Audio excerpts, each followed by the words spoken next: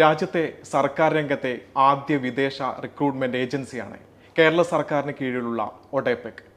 10,000-കണക്കിന് യുവാക്കളുടെ തൊഴിൽ സ്വപ്നം സാധ്യമാക്കിയ സ്ഥാപനം. ODEPC chairman Sri advocate KP. അനിൽകുമാറാണ് നമ്മോടൊപ്പം ഉള്ളത്. സ്വാഗതം ശ്രീ കെ.പി. അനിൽകുമാർ. ഒഡെപെക്കിന്റെ കടന്നുവരവോടെയാണ് ചൂഷണരഹിതമായ സുതാര്യമായ തൊഴിൽ റിക്രൂട്ട്മെന്റ് രംഗം സാധ്യമായത്. ഒഡെപെക്കിന്റെ ഈ ഒരു ഇടപെടലിനെ ചെയർമാൻ എന്ന നിലയ്ക്ക് താങ്കൾ എങ്ങനെ നോക്കിക്കാണുന്നു? ഒഡെപെക് എന്ന് പറയുന്നത് ഇന്ത്യയിലെ ആദ്യത്തെ സർക്കാർ മേഖലയിലുള്ള ഒരു റിക്രൂട്ട്മെൻറ്റ് ഏജൻസിയാണ്. ഇത് സ്ഥാപിതമായത് 1977-ലാണ്. നമുക്കറിയാം 70-കളിലാണ് മിഡിൽ ഈസ്റ്റിലേക്ക്, ഗൾഫ് രാജ്യങ്ങളിലേക്ക് വലിയൊരു ബൂമുണ്ടാകുന്നത്. ആളുകൾക്ക് ഗൾഫിലേക്ക് പോകാമെന്നും അതിലൂടെ കൂടുതൽ പണം സമ്പാദിക്കാമെന്നുള്ള മലയാളിയുടെ അറിവ് ഉരുവിലെല്ലാം കയറിപ്പോയിരുന്നൊരു കാലഘട്ടം. അത് മാറി അംഗീകൃതമായി പോകാൻ തുടങ്ങിയ ഒരുപാട് ഏജൻസികൾ ഇതിനിടയ്ക്ക്, അല്ലെങ്കിൽ ദല്ലാളന്മാർ ഇതിനിടയ്ക്ക് വരികയും ചൂഷണം ചെയ്യപ്പെടുകയും ചെയ്യുന്ന ആളുകളെ ചൂഷണം ചെയ്യപ്പെടുന്ന സ്ഥിതിവിശേഷം ഉണ്ടായപ്പോഴാണ് സർക്കാർ ഇത്തരത്തിലുള്ള ഏജൻസിക്ക് രൂപം കൊടുക്കുന്നത്.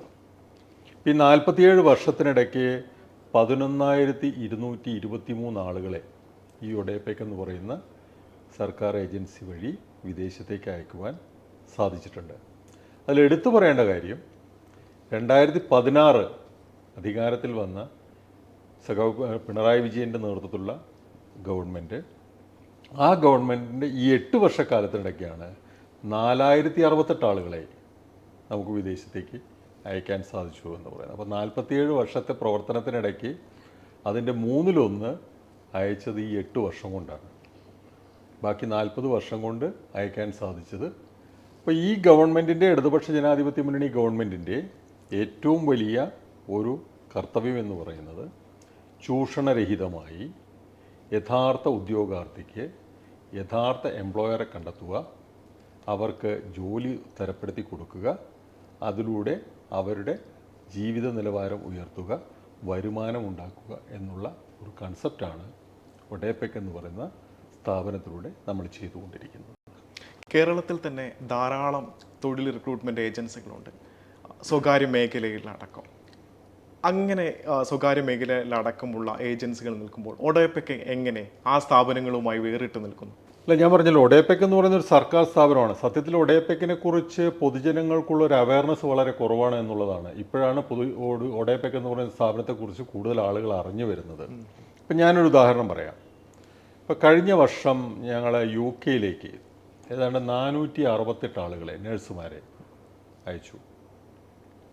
ആ നഴ്സുമാരിൽ നിന്ന് 1 രൂപ പോലും, ഏതാണ്ട് 4 ലക്ഷത്തോളം രൂപ ഇന്ത്യൻ റുപ്പി സാലറി കിട്ടുന്ന ജോലിയാണ്. 1 രൂപ പോലും അവരിൽ നിന്ന് വാങ്ങാതെ അവർക്ക് സൗജന്യമായി, ഇപ്പോൾ UK-യിലേക്ക് പോകണമെങ്കിൽ ഒന്നുകിൽ OET വേണം, IELTS വേണം. അപ്പോൾ OET അല്ലെങ്കിൽ IELTS എന്ന് പറയുന്ന ലാംഗ്വേജ് ട്രെയിനിങ് സൗജന്യമായി നൽകിയിട്ടാണ് ഇവരെയെല്ലാം അങ്ങോട്ട് അയച്ചത്. അപ്പോൾ 1 രൂപ പോലും മുടക്കില്ലാതെ, 1 രൂപ പോലും മുടക്കാതെയാണ് ഈ നഴ്സുമാർ അത്രയും വിദേശത്തേക്ക് പോകുന്നതെന്ന് ആലോചിക്കണം. ഇപ്പം ജർമ്മനിയിലേക്ക് 1,500 പേരുടെ റിക്വയർമെൻറ്റാണ്. ഏതാണ്ട് 1000-ഓളം പേർ കേരളത്തിൽ ഇപ്പോൾ ജർമ്മൻ ഭാഷ പഠിച്ചുകൊണ്ടിരിക്കുന്നുണ്ട് ഒഡെപെക്കിന് കീഴിൽ. ഒരാൾക്കും 1 രൂപ പോലും ചിലവില്ല. അപ്പം നമുക്കറിയാം, നേഴ്സുമാരെന്ന് പറയുന്നത് ഇപ്പോൾ പണമുള്ള ആളുകൾ അല്ലെങ്കിൽ സാമ്പത്തികമായി മെച്ചമുള്ള ആളുകൾ കൂടുതൽ പ്രിഫർ ചെയ്യുന്ന ഡോക്ടർമാരാകണം, എഞ്ചിനീയർമാരാകണം. ഇപ്പം നേഴ്സുമാരാകണമെന്ന് ആഗ്രഹിക്കുന്ന ജീവിതം കൈപ്പിടിയിലൊതുക്കാൻ, കുടുംബത്തെ നോക്കാൻ വേണ്ടി കടന്നു വരുന്ന ആളുകളാണ്. സാമ്പത്തികമായി വളരെ ബുദ്ധിമുട്ടും പ്രയാസമുള്ള മേഖലയിൽ നിന്നാണ് ഇത്രയും കാലം വന്നുകൊണ്ടത്. ഇപ്പോൾ മാറിക്കൊണ്ടിരിക്കുന്നുണ്ട്. അപ്പോൾ അവർക്ക് ഈ പറയുന്ന ലാംഗ്വേജ് ട്രെയിനിങ് നടത്തണമെങ്കിൽ ഇപ്പോൾ ജർമ്മൻ ഭാഷ പഠിക്കാനായിട്ട് 2 ലക്ഷം രൂപയോളം സ്വകാര്യ ഏജൻസികൾ വാങ്ങുന്നുണ്ട്. ഏതാണ്ട് 56,000 രൂപ പരീക്ഷയ്ക്ക് മാത്രം വേണം. അത് സൗജന്യമായിട്ട് ഒഡെപെക് ചെയ്തു കൊടുക്കുക. സൗജന്യമായി ചെയ്തു കൊടുക്കുന്നത് മാത്രമല്ല, അവർക്ക് പ്രതിമാസം ജോലി കളഞ്ഞിട്ടാണല്ലോ അവർ വരുന്നത്, 11,000 രൂപ സ്റ്റൈപ്പൻഡ് കൊടുക്കുന്നുണ്ട് ഈ ഗവൺമെൻറ്, അവരുടെ വീട് പട്ടിണിയാകാതിരിക്കാൻ. 15,000 രൂപയോളം വരുന്ന പുസ്തകം സൗജന്യമായി നൽകുന്നുണ്ട്. അവർക്ക് ടിക്കറ്റും വിസയും സൗജന്യമായി നൽകുന്നുണ്ട്. B2 പരീക്ഷ പാസ്സായാൽ ബാക്കി പേപ്പർ വർക്കുകൾ കംപ്ലീറ്റ് ചെയ്യുന്നതോടുകൂടി 3 മാസത്തിനകം അവർ ജർമ്മനിയിലേക്ക് പോകും. ഏതാണ്ട് 2800-3000 യൂറോ, ഏതാണ്ട് 3 ലക്ഷത്തോളം രൂപ അവർക്ക് ശമ്പളം കിട്ടുന്നുണ്ട്. മറ്റൊന്ന് ബെൽജിയത്തിലേക്കാണ്. ഇപ്പോൾ ബെൽജിയത്തിലേക്ക് ഒരുപാട് തട്ടിപ്പുകൾ നടക്കാറുണ്ട്. താങ്കൾ ചോദിച്ച പോലെ സ്വകാര്യ ഏജൻസികൾ, ഞാൻ നേരത്തെ പറഞ്ഞതുപോലെ ഇപ്പോൾ ഈ UK നഴ്സുമാരെ അയക്കുമ്പോൾ സ്വകാര്യ ഏജൻസികൾ ഏറ്റവും ചുരുങ്ങി വാങ്ങുന്നത് 15 ലക്ഷം രൂപയാണ് ഒരു കാൻഡിഡേറ്റിൻ്റെ ചെയ്യുന്ന. 10 പേര് പോയാൽ അത്രയായി. ആ 15 ലക്ഷം രൂപ സ്വകാര്യ ഏജൻസികൾ വാങ്ങുന്ന ഒരു ജോലിക്കാണ് 1 രൂപ പോലും വാങ്ങാതെ അങ്ങോട്ട് സ്റ്റൈപ്പൻഡ് കൊടുത്ത് പഠിപ്പിച്ച് പരീക്ഷ എഴുതി പാസ്സാക്കിച്ച് ഒഡേപെക്ക് ചെയ്യുന്നത്. കേരള ഗവൺമെൻറ്റിൻ്റെ നേതൃത്വത്തിലുള്ള ഈ ഒഡേപെക്ക് കീഴിലുള്ള ഈ ഒഡേപെക്ക് എന്ന് പറയുന്ന സ്ഥാപനം ചെയ്യുന്ന സേവനങ്ങളെ സാധാരണക്കാരന് നിസ്സാരമായി കാണാൻ സാധിക്കുമോ? ഒരിക്കലുമല്ല. ഇപ്പോൾ ബെൽജിയത്തിലേക്ക് പോകുമ്പോൾ ഡച്ച് ഭാഷ പഠിക്കണം. നെതർലാൻഡ്സിൽ നിന്ന് 2 പേരെ കൊണ്ടുവന്ന് എറണാകുളം ലൂത ആശുപത്രിയിൽ നഴ്സുമാരോടൊപ്പം താമസിപ്പിച്ച് പഠിപ്പിച്ചിട്ട് 2 ബാച്ച് പോയി ബെൽജിയത്തിലേക്ക്. 2 ബാച്ച് പോകാനായി നിൽക്കുന്നു ബെൽജിയത്തിലേക്ക്. പിന്നെ ഈ ഒഡേപെക്ക് ചെയ്തുകൊണ്ടിരുന്ന സേവനങ്ങൾ എന്താ പറയുക, നഴ്സുമാരെ മാത്രം അയക്കുന്ന സംവിധാനമായിട്ടാണ് കഴിഞ്ഞ കാലഘട്ടങ്ങളിലെല്ലാം ചെയ്തുകൊണ്ടിരുന്നത്. അതിനൊരു മാറ്റം വരുത്തി ഈ പറയുന്ന ആരോഗ്യ മേഖലയിൽ നിന്ന് പുറത്തേക്ക് ഒഡേപെക്ക് ഇപ്പോൾ സഞ്ചരിച്ചുകൊണ്ടിരിക്കുക. വൈറ്റ് കോളർ ജോബ് മാത്രമല്ല, ബ്ലൂ കോളർ കൂടി ചെയ്യുന്ന സംവിധാനം. അതിൻ്റെ ഭാഗമായിട്ടാണ് ഇപ്പോൾ DP വേൾഡിലേക്ക്, ദുബായ് പോർട്ടിലേക്ക് സെക്യൂരിറ്റി ഗാർഡിന് 10ാം ക്ലാസ് വിദ്യാഭ്യാസ യോഗ്യത, 10ാം ക്ലാസ് വിദ്യാഭ്യാസ യോഗ്യതയുള്ള അത്യാവശ്യം ശാരീരിക ക്ഷമതയെല്ലാമുള്ള ഇംഗ്ലീഷ് സംസാരിക്കാൻ അറിയുന്ന, ഇംഗ്ലീഷ് കേട്ടാൽ മനസ്സിലാകുന്ന ആളുകൾക്ക് സെക്യൂരിറ്റി ഗാർഡിൻ്റെ ജോലി, 50,000 രൂപ ശമ്പളം, താമസം, ഭക്ഷണം. ഇപ്പോൾ ചില യൂട്യൂബ് ചാനലുകാരെല്ലാം വിമർശിക്കാൻ വേണ്ടി പറഞ്ഞു അത് തകര ഷീറ്റിൻ്റെ അടിയിലാണ് കിടക്കുന്നത്. മന്ത്രി അടക്കം ഞങ്ങളെല്ലാവരോടും പോയി നോക്കി. നല്ല എയർ കണ്ടീഷൻ ചെയ്ത മുറി, 3 പേരെ ഒരു മുറിയിലുള്ളൂ, അല്ലാതെ അങ്ങനെ അട്ടിക്കിട്ട സംവിധാനങ്ങളൊന്നുമല്ല. അവർക്ക് ഭക്ഷണം എല്ലാ നേരവും നോൺ വെജ് കൂടിയുള്ള ഭക്ഷണം, വീക്കെൻഡിൽ 2 നോൺ വെജ്. ഞാനൊരു ദിവസം അവിടുന്ന് ഭക്ഷണം കഴിച്ചു. അവർക്ക് മറ്റ് വിനോദങ്ങൾക്ക് വേണ്ടിയുള്ള സംവിധാനങ്ങൾ, സ്നൂക്കറും ബില്ലിയാർഡ്സും വരെയാണ് അവിടെ ഇവർക്ക് വിനോദത്തിനായിട്ട്. അപ്പം അത്രയും ഫെസിലിറ്റി ആലോചിക്കണം. 10ാം ക്ലാസ് പാസ്സായ ഒരു ചെറുപ്പക്കാരന് കിട്ടുന്ന തൊഴിലെന്ന് പറയുന്നത് 50,000 രൂപ, ടിക്കറ്റ്, വിസ എല്ലാം സൗജന്യം. അപ്പം അങ്ങനെയുള്ള സേവനങ്ങളെല്ലാം ചെയ്യുന്നു. ഇപ്പോൾ തുർക്കിയിലെ കപ്പൽ നിർമ്മാണശാലയിലേക്ക് വെൽഡർമാർ, ഫിറ്റർമാർ, കട്ടർമാർ തുടങ്ങിയ ITI പാസ്സായിട്ടുള്ള ക്വാളിഫൈഡ് ആയിട്ടുള്ള ആളുകളെ നമ്മളിപ്പോൾ ഏതാണ്ട് 113 ആളുകളെ തുർക്കിയിലേക്ക് അയച്ചു. ഉസ്ബെക്കിസ്ഥാനിലേക്ക് ടീച്ചർമാരെ, ഇംഗ്ലീഷ് ടീച്ചർമാരെ ഏതാണ്ട് 100ഓളം പേരെ, 103 പേരെ അയക്കാൻ സാധിച്ചു. അപ്പോൾ അങ്ങനെ എല്ലാ മേഖലയിലേക്കും, പുതിയ മേഖലയിലേക്ക് കടന്നു വരികയാണ്. അപ്പോൾ ഈ നേഴ്സുമാരെ മാത്രം വിദേശത്തേക്ക് അയക്കുക എന്നുള്ള ഒരു ലിമിറ്റഡ് അജണ്ടയിൽ നിന്ന് എല്ലാ കാറ്റഗറിയിലേക്കും, അപ്പോൾ ഒരു ചെറുപ്പക്കാരൻ ക്വാളിഫൈഡ് ആയിട്ടുള്ള ആൾ, അപ്പോൾ അയാൾക്കൊരു നല്ല ജോലി വേണം എന്ന് കരുതിയാൽ അതിനെ സഹായിക്കാൻ ഒഡേപെക്ക് ഉണ്ടാകും. താങ്കൾ നേരത്തെ സൂചിപ്പിച്ചു ഒഡേപെക്കിൻ്റെ ഇടപെടലിനെ റദ്ദാക്കുന്ന വിധത്തിൽ വ്യാജ പ്രചാരണങ്ങൾ നടക്കുന്നു. പല യൂട്യൂബ് ചാനലുകാരും അങ്ങനെയുള്ള പ്രചാരണങ്ങൾ നടത്തുന്നു. എന്തുകൊണ്ടാണ് ഇത്രയും മികവാർന്ന രീതിയിൽ പ്രവർത്തിക്കുന്ന ഒഡേപെക്കിനെതിരായി ഇങ്ങനെ വ്യാജ പ്രചാരണങ്ങൾ നടക്കുന്നത്? ഇതിൻ്റെ പിന്നിൽ സ്വകാര്യ ഏജൻസികളുടെ ഒരു ഇടപെടലുണ്ടോ? തീർച്ചയായും ഉണ്ടാകണം. കാരണം സ്വകാര്യ ഏജൻസികൾക്ക് വലിയ ക്ഷീണമല്ലേ. ഇപ്പം ഞാൻ പറഞ്ഞ ജർമ്മനിയിലേക്ക് പോകുന്ന കുട്ടികളിൽ നിന്ന് സ്വകാര്യ ഏജൻസികൾ ഏറ്റവും ചുരുങ്ങിയത് വാങ്ങുന്ന 5 ലക്ഷം രൂപയാണ്.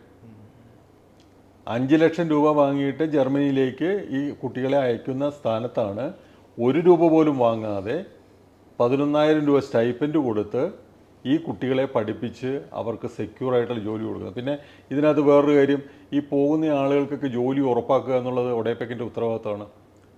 അവിടെയുള്ള സർക്കാർ ഏജൻസിയുമായിട്ടാണ് നമ്മുടെ ടൈപ്പ്. ജർമ്മനിയിലുള്ള ഡഫ എന്ന് പറയുന്ന ഒഡേപെക്കിന് സാമ്യമായ ഈ റിക്രൂട്ട്മെൻറ്റ് ചെയ്യുന്ന ഏജൻസിയുമായിട്ടാണ് നമ്മുടെ ടൈപ്പ് ഉള്ളത്, നമ്മുടെ എഗ്രിമെൻ്റ് ഉള്ളത്.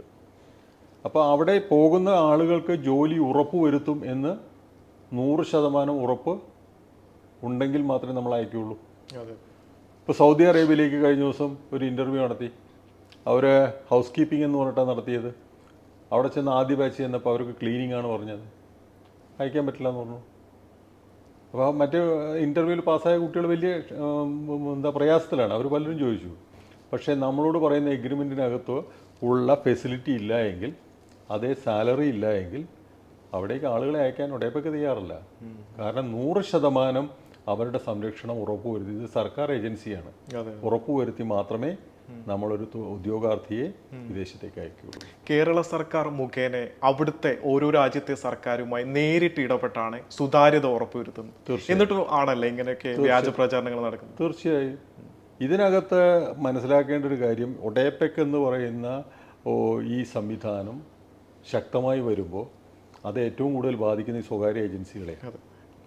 അപ്പോൾ ആ സ്വകാര്യ ഏജൻസികൾക്കുള്ള വരുമാനം നഷ്ടപ്പെടുമ്പോൾ അവർ ഏതാണ്ട് ഇത്തരത്തിലുള്ള എന്താ പറയുക പ്രചരണങ്ങളും കാര്യങ്ങളും എല്ലാം നടത്തും. സ്വാഭാവികമാണ്. ഓരോ രാജ്യങ്ങളിലെയും കോഴ്സുകളെക്കുറിച്ച് മനസ്സിലാക്കി കൊടുക്കാനും തൊഴിലിനെ കുറിച്ചുള്ള അവബോധം സൃഷ്ടിക്കാനൊക്കെ ഏതൊക്കെ രീതിയിലാണ് വിദ്യാർത്ഥികൾക്കിടയിൽ ഒഡേപെക് പ്രവർത്തിക്കുന്നത്? അപ്പോൾ ഈ സ്റ്റഡി അബ്രോഡ് എന്ന് പറയുന്ന ഒരു കൺസെപ്റ്റ് സത്യത്തിൽ ഞാൻ ചെയർമാനായി വന്നതിന് ശേഷം പുതുതായിട്ട് ഇംപ്ലിമെൻ്റ് ചെയ്തതാണ് ഒഡേപെക്കിനകത്ത്. ഒഡേപെക്കിൽ സ്റ്റഡി അബ്രോഡ് ഉണ്ടായിരുന്നില്ല. അതിൻ്റെ കാരണം മറ്റൊന്നുമല്ല, കേരളത്തിൽ ഏതാണ്ട് 4500-ൽ പരം സ്വകാര്യ ഏജൻസികളുണ്ട് ഈ വിദേശ വിദ്യാഭ്യാസം നടത്തി കൊടുക്കുക എന്ന് പറയുന്നത്. അതിനകത്ത് ഒരു 3000 എണ്ണവും എറണാകുളത്താണ് ബേസ് ചെയ്തിരിക്കുന്നത്. അപ്പോൾ ഈ ഏജൻസികളുടെ പ്രവർത്തനങ്ങളെ ഒന്ന് വിശകലനം ചെയ്ത് നോക്കുമ്പോൾ ചില ഏജൻസികൾ കുറച്ച് എണ്ണം നന്നായി ചെയ്യുന്നവരുണ്ട്. പക്ഷേ ബഹുഭൂരിപക്ഷവും വിദ്യാർത്ഥികളെ ചൂഷണം ചെയ്യുന്ന അല്ലെങ്കിൽ പറ്റിക്കുന്ന, പണം പറ്റുന്ന ഒരു സംവിധാനമായതുകൊണ്ടാണ് അതിനൊരു മാറ്റമുണ്ടാകണം എന്ന് വിചാരിച്ചിട്ടാണ് ഈ മേഖലയിൽ ഇടപെടാൻ ഒഡേപെക് തീരുമാനിച്ചത്. അതിൻ്റെ അടിസ്ഥാനത്തിൽ ഇപ്പോൾ 2 വർഷമായിട്ട് ഒഡേപെക് സ്റ്റഡി അബ്രോഡ് ചെയ്യുന്നു. നമ്മൾ തുടക്കമാണല്ലോ, ഒരു 48ഓളം 7 രാജ്യങ്ങളിലായിട്ട് 48-50ഓളം യൂണിവേഴ്സിറ്റികളുമായി നമുക്ക് നേരിട്ട് ടൈപ്പ് ഉണ്ട്. ഇപ്പോൾ നമ്മുടെ എക്സ്പോ ഈ ഏറ്റവും അടുത്ത ദിവസം വരികയാണ്.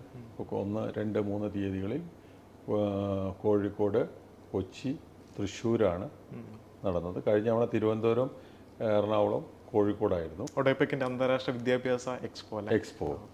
അപ്പോൾ അതിനകത്തേക്ക് 30 യൂണിവേഴ്സിറ്റികൾ നേരിട്ട് വരുന്നുണ്ട്. അപ്പോൾ 30 യൂണിവേഴ്സിറ്റി എന്ന് പറഞ്ഞാൽ യൂണിവേഴ്സിറ്റിയുടെ യഥാർത്ഥ റെപ്രസെൻറ്റേറ്റീവ്സാണ് വരുന്നത്.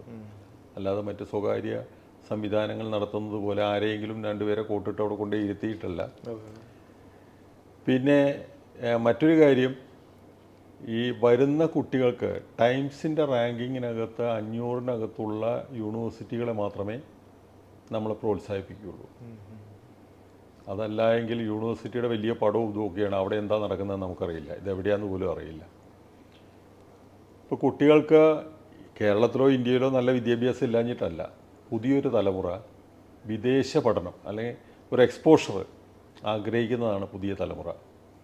അപ്പോൾ ആ ആഗ്രഹത്തിനനുസരിച്ച് സർക്കാരിൻ്റെ ഒരു താങ്ങ് അല്ലെങ്കിൽ ഒരു സഹായം, അതാണ് ഒഡേപെക്കിലൂടെ ചെയ്യുന്നത്. ഇപ്പം നമ്മളിലൂടെ പോകുന്ന കുട്ടികൾക്ക് ചില യൂണിവേഴ്സിറ്റികൾ സൗജന്യ ടിക്കറ്റ് കൊടുക്കുന്നവരുണ്ട്. 50% വരെ സ്കോളർഷിപ്പ് കൊടുക്കുന്നുണ്ട്. ഒഡേപെക് ശുപാർശ ചെയ്താൽ ഓസ്ട്രേലിയയിലുള്ള 1-2 യൂണിവേഴ്സിറ്റികൾ 50% വരെ ഫീസിൽ ഇളവ് കൊടുക്കുന്നുണ്ട്. പിന്നെ ഇതുമായി ബന്ധപ്പെട്ട് വന്നപ്പോഴാണ് സർക്കാരിൻ്റെ മറ്റൊരു കർമ്മ പദ്ധതിയെ ഉന്നതിയുടെ ഭാഗമാകാൻ ഒഡേപെക്കിന് സാധിച്ചത്. ഉന്നതി എന്ന് പറയുന്നത് പട്ടികജാതി പട്ടികവർഗ വിഭാഗത്തിൽപ്പെടുന്ന കുട്ടികൾക്ക് വിദേശ വിദ്യാഭ്യാസം ലഭിക്കാൻ വേണ്ടി സർക്കാർ നൽകുന്ന ഗ്രാൻറ്റാണ്. അപ്പോൾ ഒരു കുട്ടിക്ക് 25 ലക്ഷം രൂപയാണ് സർക്കാർ ഗ്രാൻറ്റുകൾ കൊടുക്കുന്നത് വിദേശത്ത് പോയി പഠിക്കാൻ. അങ്ങനെ 310 കുട്ടികൾക്കാണ് ഈ ഗ്രാൻറ്റ് കൊടുക്കുന്നത്. അതിൻ്റെ പ്രവർത്തനം എന്ന് പറഞ്ഞാൽ പട്ടികജാതി വകുപ്പിനകത്താണ് ഈ അപേക്ഷ സ്വീകരിക്കുന്നത്. അത് സ്ക്രൂട്ടനൈസ് ചെയ്ത് additional chief secretary, principal secretary, പട്ടികജാതി വകുപ്പിൻ്റെ ഡയറക്ടർ, അങ്ങനെ 5 അംഗ ഒരു സമിതിയുണ്ട്. അവരാണിത് ലിസ്റ്റ് സ്ക്രൂട്ടനൈസ് ചെയ്യുന്നത്. അത് സ്ക്രൂട്ടനൈസ് ചെയ്ത് ലിസ്റ്റായി കഴിയുമ്പോൾ അവർക്ക് ബാക്കിയുള്ള പ്രോസസ്സ് മുഴുവൻ ചെയ്യുന്നത് ഒഡേപെക്കാണ്. അവിടെ കൊണ്ടുപോകുന്നതും അവിടെ എയർപോർട്ടിൽ നിന്ന് പിക്ക് ചെയ്യുന്നതും അവരുടെ യൂണിവേഴ്സിറ്റിയിലെ ഫീസ് അടയ്ക്കുന്നതും അവരുടെ മറ്റു കാര്യങ്ങളെല്ലാം ടേക്ക് കെയർ ചെയ്യുന്നത് ഒഡേപെക്കാണ്. അപ്പോൾ സർക്കാരിൻ്റെ ഒരു കെയറിങ്, ഒരു രക്ഷിതാവിൻ്റെ സ്ഥാനത്ത് ഒരു ഷെയ്ഡ് പോലെ സർക്കാർ ഉണ്ട് എന്നുള്ള തോന്നൽ ഒഡേപെക്കിലൂടെ സൃഷ്ടിക്കുന്നു. അതോടൊപ്പം സ്വകാര്യ ഏജൻസികളുടെ ഇത്തരത്തിലുള്ള കടന്നുകയറ്റവും അമിത ചൂഷണവും ഇല്ലാതാക്കും. അതെ. താങ്കൾ ചെയർമാനായി വന്നതിന് ശേഷം ആവിഷ്കരിച്ച ഏറെ ശ്രദ്ധേയമായ പദ്ധതിയാണ് സ്റ്റഡി അബ്രോഡ്. ഒരുപാട് യുവാക്കളുടെ മുഖത്തെ സന്തോഷം, അവരുടെ സ്വപ്നങ്ങൾ സാക്ഷാത്കരിക്കുമ്പോഴുണ്ടാകുന്ന സന്തോഷം, കുടുംബങ്ങളുടെ സന്തോഷമൊക്കെ കാണുമ്പോൾ വലിയ അഭിമാനം തോന്നില്ലേ? തീർച്ചയായും. അതുമാത്രമല്ല, അതിനകത്ത് ഞാൻ എൻ്റെ വ്യക്തിപരമായൊരു കാര്യം പറയുകയാണെങ്കിൽ, ഈ സ്റ്റഡി അബ്രോഡ് എന്ന് പറയുന്ന ഒരു കാര്യം വരാനുള്ള കാരണം എൻ്റെ മകൾക്ക് വിദേശത്ത് പോയി പഠിക്കാൻ വലിയ ആഗ്രഹമായിരുന്നു. പക്ഷേ അവൾക്ക് സാധിച്ചില്ല എന്ന് പറഞ്ഞാൽ, ഞാൻ ഈ ലോണിന് വേണ്ടി ഒരുപാട് സമീപിച്ചു. അപ്പോൾ 32 ലക്ഷം രൂപയാണോ കോഴ്സിന്. അപ്പോൾ സ്ഥലം ഈട് വയ്ക്കാനില്ലാത്തത് കൊണ്ട് ഒരു 7 ലക്ഷം രൂപ തന്നാൽ ബാക്കി എങ്ങനെയെങ്കിലും മാനേജ് ചെയ്യാമെന്ന്. അപ്പോൾ പറയാം അങ്ങനെ തരാൻ പറ്റില്ല, കോഴ്സിൻ്റെ ടോട്ടൽ ഫീസേ തരുള്ളൂ എന്ന് പറഞ്ഞു. അപ്പോൾ അവളുടെ ആ മോഹം ഇല്ലാതായി. അപ്പോൾ ഞാൻ ആലോചിച്ചത്, പാവപ്പെട്ട എത്രയോ കുട്ടികളുണ്ട് വിദേശത്ത് പഠിക്കാൻ ആഗ്രഹിക്കണം, അപ്പോൾ അവർക്കുള്ള സൗകര്യം വേണ്ടേ. അതുകൊണ്ട് ഒഡേപെക്ക്, നമ്മുടെ വനിതാ വികസന കോർപ്പറേഷൻ, പിന്നോക്ക വിഭാഗ കോർപ്പറേഷൻ, മൈനോറിറ്റി കോർപ്പറേഷൻ, ഇവരെല്ലാമായിട്ടൊരു ടൈപ്പ് ഉണ്ടാക്കി വിദേശത്ത് പഠിക്കാൻ പോകുന്ന കുട്ടികൾക്ക് 4% പലിശയ്ക്ക് വായ്പ ലഭ്യമാക്കി കൊടുക്കും. അതാണ് ഒഡേപെക്കിൻ്റെ ഏറ്റവും പ്രധാനപ്പെട്ട ഒരു കാര്യമായിട്ട് ഞാൻ കാണുന്നത്.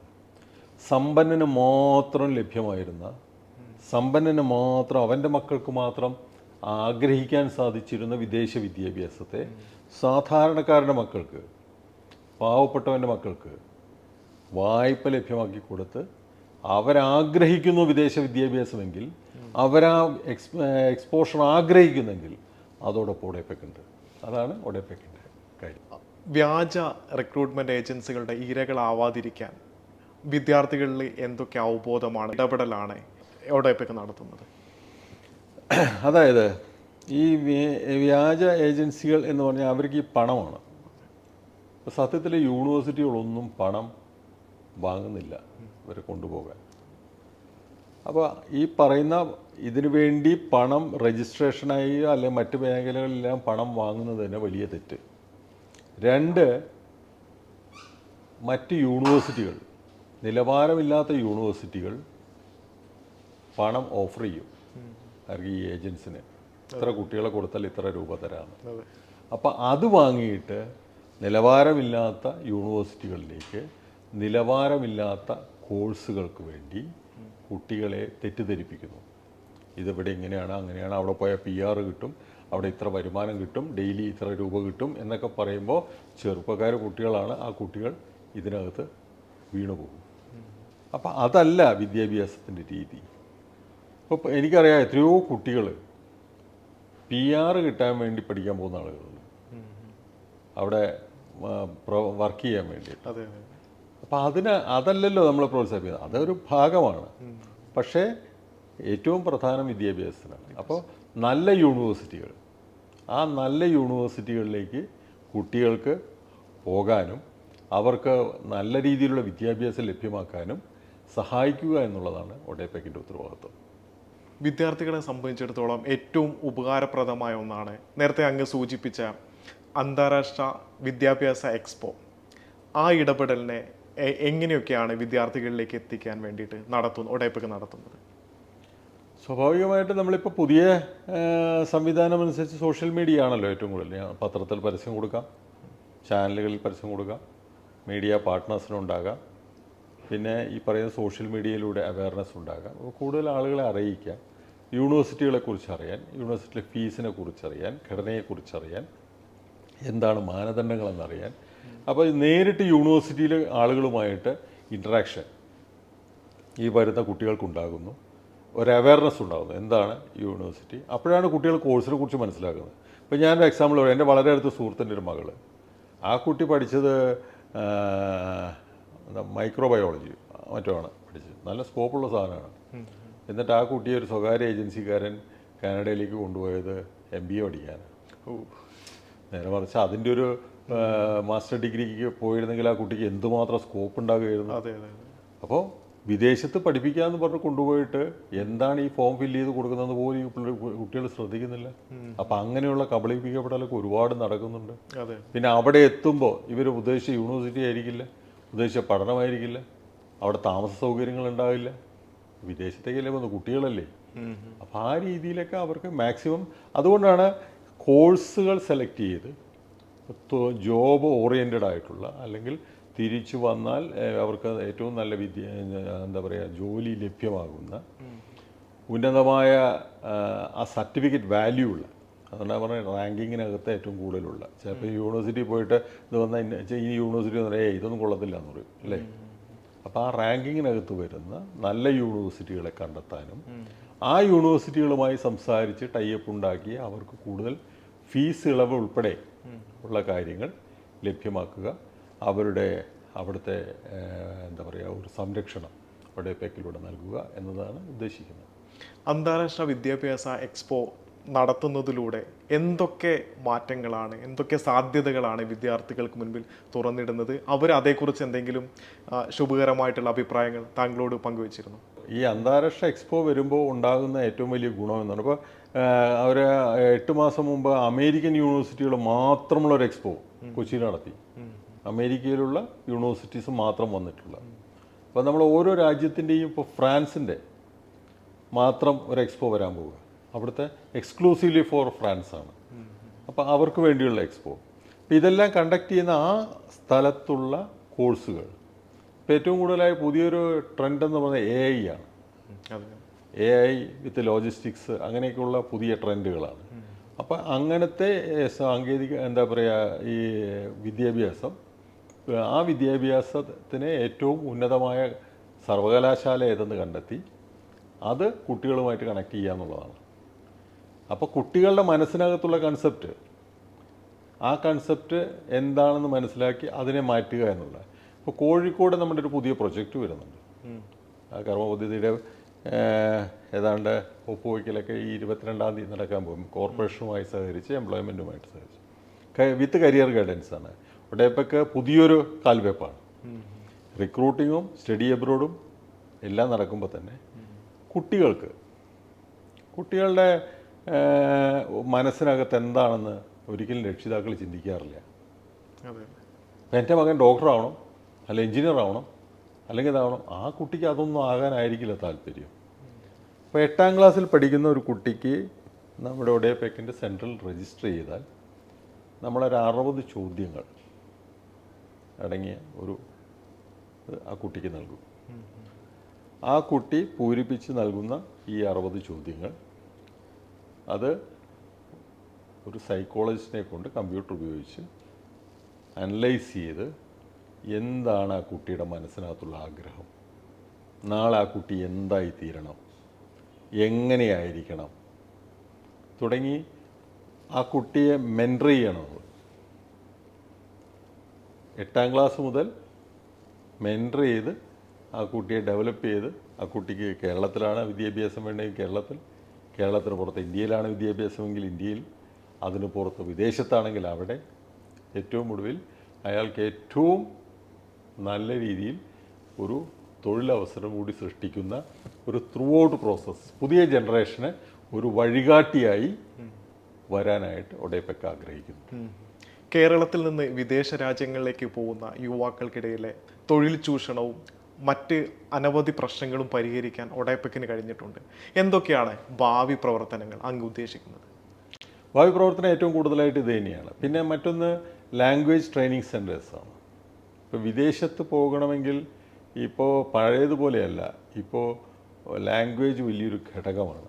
പിന്നെ പണ്ടൊക്കെ അവിടെ നിന്ന് പോയി പിന്നെ അവിടെ പഠിച്ച് അങ്ങനെ ഒരു രാജ്യത്ത് പോകണമെങ്കിൽ ലാംഗ്വേജ് ഉണ്ടെങ്കിൽ അയാൾക്ക് ഇതാണ്. അപ്പോൾ ഈ ഞാൻ പറഞ്ഞ ഈ കോഴിക്കോട് സെൻട്രലടക്കം ഇപ്പോൾ നമുക്ക് 5 സ്ഥലങ്ങളിൽ ജർമ്മൻ ഭാഷ പഠിപ്പിക്കുന്നുണ്ട്, ഡച്ച് പഠിപ്പിക്കുന്നുണ്ട്, പുതുതായിട്ട് നമ്മൾ ഫ്രഞ്ച് പഠിപ്പിക്കുന്നതിനെക്കുറിച്ച് ആലോചിക്കുന്നുണ്ട്. ഇപ്പോൾ കാലിക്കറ്റിലെ സെൻട്രൽ ഫ്രഞ്ച് വരുന്നുണ്ട്. ഇപ്പോൾ റാന്നിയിൽ നമ്മുടെ പുതിയ സെൻറ്റർ തുടങ്ങി, OET IELTS തുടങ്ങിയിട്ടുണ്ട്. പിന്നെ ഈ ജർമ്മൻ ഭാഷ എന്ന് പറയുന്നത് ഇപ്പോൾ ഏറ്റവും കൂടുതലായി കേരളത്തിൽ വ്യാപകമായി കൊണ്ടിരിക്കുക. കാരണം ജർമ്മനിയിലേക്ക് ആളുകൾ അത്ര അധികം അവിടെ പോപ്പുലേഷൻ കുറഞ്ഞുകൊണ്ട് അവിടേക്ക് പല മേഖലയിലേക്ക് ആളുകൾ വേണമെന്നുള്ളതുകൊണ്ട് ഈ എക്സാമിനേഷന് വേണ്ടിയിട്ടുള്ള ഒരു ഡേറ്റ് കിട്ടില്ല. പഠിച്ചു കഴിഞ്ഞാലും പരീക്ഷ എഴുതി പാസ്സാവണ്ടേ, ഈ B2 പാസ്സാകണ്ടേ. ഇപ്പോൾ ടെൽക്ക് എന്ന് പറയുന്ന സംവിധാനവും ജർമ്മൻ ഗവൺമെൻറ് സംവിധാനവുമായിട്ട് ഇവിടെ ഗോയിത്തയായിരുന്നു ഇതുവരെ എക്സാമിനേഷൻ നടത്തിയിരുന്നത്. ഒരു സെൻറ്റർ നമുക്ക് അനുവദിച്ചു ഒഡേപെക്കിന്. അപ്പോൾ ടെൽക്കിൻ്റെ എക്സാമിനേഷൻ ഇപ്പോൾ ഒഡേപെക്കാണ് നടത്തുന്നത്.